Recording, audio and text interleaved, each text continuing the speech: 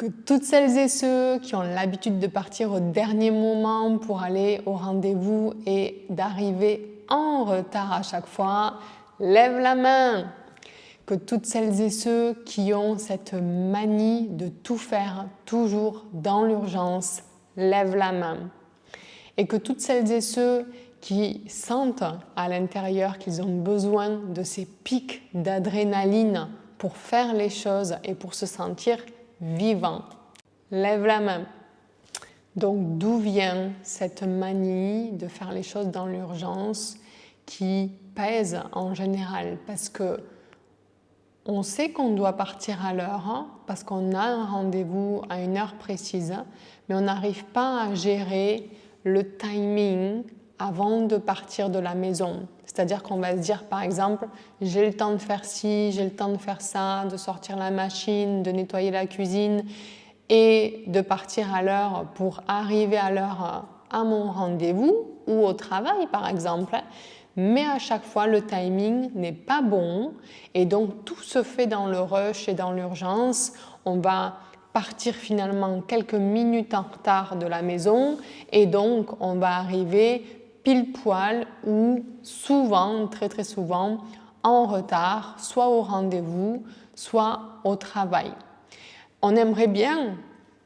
arriver à l'heure et on aimerait bien arrêter ce mécanisme-là, mais c'est plus fort que soi en fait. On ne sait pas d'où ça vient, on ne sait pas pourquoi c'est là, mais ça peut devenir handicapant si on a un travail à responsabilité, si on a des horaires à respecter avec des réunions où on est attendu. Voilà, ce qui est la plupart du temps le cas de tout le monde avec le travail qu'on a. On a des horaires à respecter et on est souvent attendu à une heure précise.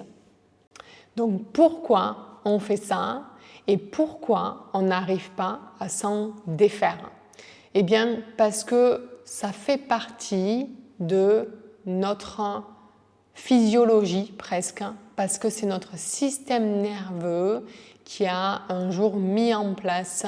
un mécanisme d'adaptation et de protection qui nous a fait faire les choses en urgence pour survivre à une situation donnée et potentiellement ça s'est répété pendant plusieurs fois ou plusieurs années et donc c'est devenu notre normal, notre manière d'être et de faire quotidienne. Et pourquoi le système nerveux a mis ça en place? Parce qu'il y avait généralement et sûrement un cadre familial insécure avec un des deux parents avec des problématiques. Ça peut être la drogue, ça peut être des addictions comme la drogue, comme l'alcoolisme, ça peut être aussi des maladies comme la dépression par exemple, qui fait que un des deux parents va avoir des comportements très changeants d'une semaine à l'autre, d'un jour à l'autre, avec peut-être de la violence verbale ou physique, avec certaines émotions qui ne sont pas gérées et qui créent du coup de l'insécurité chez l'enfant. Donc, l'enfant, lui, va faire face à cette situation et à ces situations qui sont généralement régulières. Et à chaque fois que ça va se produire et qu'il va y avoir un changement au niveau des émotions, de comportement de l'adulte qui va du coup créer de l'insécurité, le système nerveux va mettre en place un mécanisme de protection pour survivre à ce qui se passe et d'adaptation. Et ça peut être justement ce fameux « je fais tout dans l'urgence ». Je vais vous donner un exemple pour illustrer un petit peu ces propos. On va prendre une petite fille ou un petit garçon, peu importe, une petite fille qui vit avec ses parents et la maman souffre de dépression et de changements d'humeur réguliers. À cause de sa dépression, cette maman ne gère plus du tout la maison, le ménage, les courses, et elle a énormément de mal à gérer et à s'occuper de ses enfants, surtout si elle en a plusieurs. Le papa, lui, forcément, il y a forcément quelqu'un qui travaille, donc le papa n'est peut-être pas souvent là, ou en tout cas pas la journée. Et donc, le papa a besoin d'aide. S'il est là, il a besoin d'aide. Et donc, s'il y a plusieurs enfants, la jeune fille qui va être la plus âgée va prendre, à un moment donné, le rôle de maman pour soulager le papa. Et c'est à ce moment-là que tout va commencer. Dès que la maman va changer d'état, va changer d'émotion et va créer cette insécurité dans la maison, ou parce qu'elle ne se sent pas bien, du coup elle va crier sur l'enfant en lui disant qu'il faut qu'elle nettoie la maison, qu'elle range la cuisine, qu'elle débarrasse la table, qu'elle sorte la poubelle, que sais-je. Ça va créer un pic d'adrénaline chez cet enfant-là et un pic surtout d'insécurité. Et c'est là que le système nerveux fait très très bien son travail pour éviter de se sentir plus en insécurité et en plus de se sentir potentiellement rejeté par sa mère, mal aimé par sa mère ou abandonné par sa mère. Le système nerveux va tout faire et tout mettre en place pour gérer la situation. Et donc, cette petite fille va prendre le rôle de la maman secondaire qui va ranger la maison, faire le ménage, ranger la vaisselle, etc., etc., et porter secours au papa, jusqu'à s'occuper de ses propres frères et sœurs comme si c'était la maman, la personne en charge, ce qui n'est normalement pas le cas.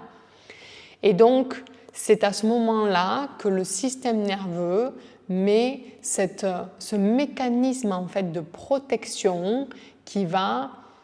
permettre à la jeune fille de gérer la situation de crise, parce que c'est pas tous les jours, même si c'est régulier, que ça peut être redondant, il y a des périodes où la maman se sent un petit peu mieux, elle est un petit peu plus apaisée, ses émotions sont plus apaisées, peut-être qu'elle a plus confiance en elle, qu'elle voit la vie un petit peu plus en rose, on va dire, et que c'est plus apaisé dans la famille, et que la relation parentale va mieux. Donc, elle a un peu plus d'énergie et elle prend soin de ses enfants et de la maison, mais il y a des moments où ça rechute, malheureusement, et là, l'insécurité va revenir au sein du cadre familial et donc la jeune fille, l'enfant, va de nouveau remettre en place, le système nerveux va de nouveau remettre en place ce mécanisme de protection et d'adaptation pour gérer la situation de crise. Et donc, elle va être capable en fait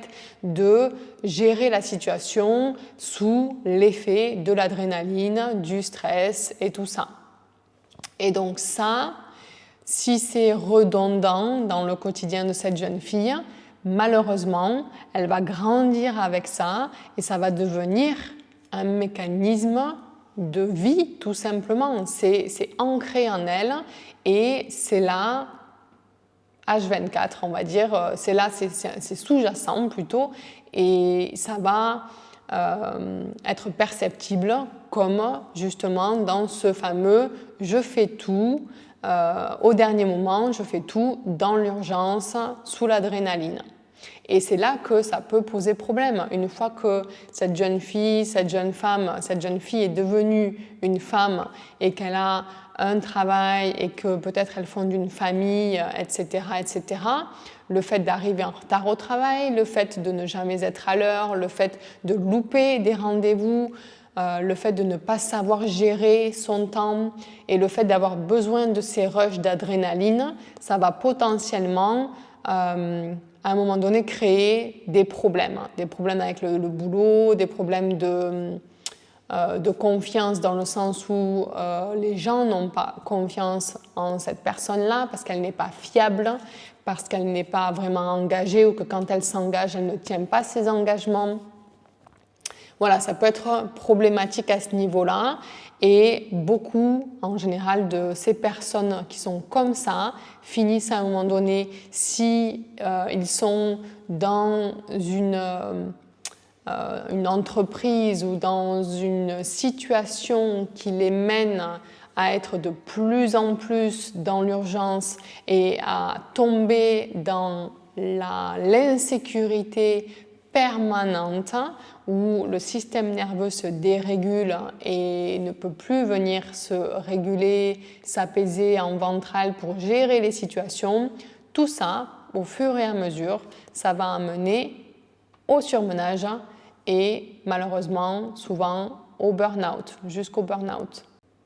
Donc si vous faites partie des personnes qui n'ont pas vécu de burn-out ni de surmenage, tant mieux, juste restez vigilants. Et si ça vous pose problème aujourd'hui, ce mécanisme-là, sachez que c'est possible de mettre en lumière d'où ça vient, pourquoi c'est là, et de petit à petit, parce que c'est un cheminement qui prend du temps, mettre en place des changements, des actions pour changer ce mécanisme-là depuis un état de sécurité et de ventral, ce qui est très important. Ça ne se fait pas du jour au lendemain, ça ne se fait pas dans le rush, ça ne se fait pas juste en se disant « c'est bon, j'ai compris, j'y vais, je change et ça n'arrivera plus ». Non, ça ne risque pas de se passer comme ça. Le système nerveux, si on ne travaille pas dessus, si on ne travaille pas sur les sensations corporelles,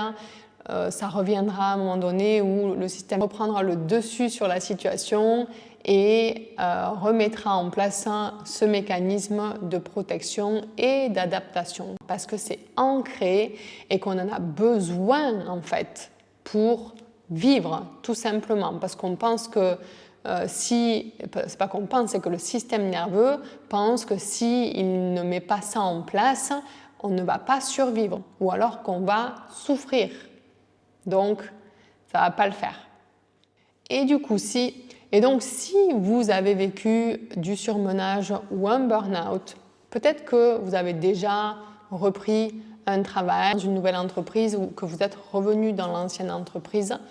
et que ça commence à coincer parce que vous ressentez profondément que vous ne pouvez plus continuer comme ça, que ce n'est plus possible de tout faire dans l'urgence, avec vos propres manières de faire au quotidien, avec le fait d'arriver en retard, etc. Mais aussi si vous êtes dans une entreprise ou dans un boulot où on vous demande de rendre justement des projets dans un temps imparti, si on vous donne des choses à faire à la dernière minute et qu'on vous oblige en fait à les finir rapidement parce que c'est comme ça et pas autrement, ça, au niveau physiologique, vous allez sentir que ce n'est plus gérable et que vous ne pouvez plus continuer comme ça parce que vous êtes passé par ça et c'est ça qui vous a amené justement au burn-out. Donc à un moment donné, ça ne va plus passer du tout. Mais c'est dur justement de sortir de ces schémas et on se retrouve souvent impuissant face à ça parce qu'on ne sait pas comment faire. Donc comment on fait concrètement pour changer ce comportement, ce mécanisme-là qu'on subit en fait au quotidien? On va faire ça grâce au modèle compassionnel du docteur Gabor Maté qui consiste à aller revisiter un petit peu rapidement l'enfance pour comprendre d'où vient ce mécanisme de protection et d'adaptation et surtout mettre en lumière le fait que ce mécanisme-là est fait pour nous protéger de la situation, est fait pour nous protéger d'éventuellement souffrir plus, et que ce mécanisme-là n'est pas contre nous. Ça, c'est la base et ça va être la première chose à faire. Juste mettre en lumière le mécanisme qui s'est créé, qui s'est joué et conscientiser le fait que ce mécanisme-là, on l'a créé, le système nerveux l'a mis en place pour nous protéger d'une situation insécure et pour nous protéger éventuellement de se sentir mal aimé, de se sentir rejeté, de se sentir abandonné par un parent, parce qu'il y avait justement cette insécurité qui était présente. Donc vraiment ramener de la bienveillance sur ce mécanisme de protection, c'est la première étape avant de mettre en place quelconques actions pour changer cette manière de faire. S'il n'y a pas cette première étape, ça ne fonctionnera pas et ça recommencera. Donc c'est vraiment un cheminement aussi qui prend du temps. Comme tout cheminement, quand on travaille sur le système nerveux, sur notre propre physiologie, parce qu'on n'appuie pas sur un bouton on ou off, on n'a pas cette télécommande-là et cette possibilité-là. Ce sont des choses qui ont été vécues, enregistrées, apprises, comme si on avait mis sur repeat la cassette, et donc ça prend du temps à pas s'effacer, à changer, à conscientiser et à changer. Et ça demande un réel engagement si on veut sortir de ces mécanismes-là pour se sentir mieux, pour avoir confiance en soi, aborder la vie différemment et de manière beaucoup plus cool justement, plutôt que de tout faire dans l'urgence. Ça demande un réel travail d'observation pour commencer, de conscientisation, d'acceptation de ce qui est là, de ces mécanismes qui sont présents. Sans acceptation, sans bienveillance, ça ne change pas. Et ensuite seulement, on peut mettre en place des actions pour aller vers une manière d'aborder la vie, de répondre à la vie, d'agir différemment.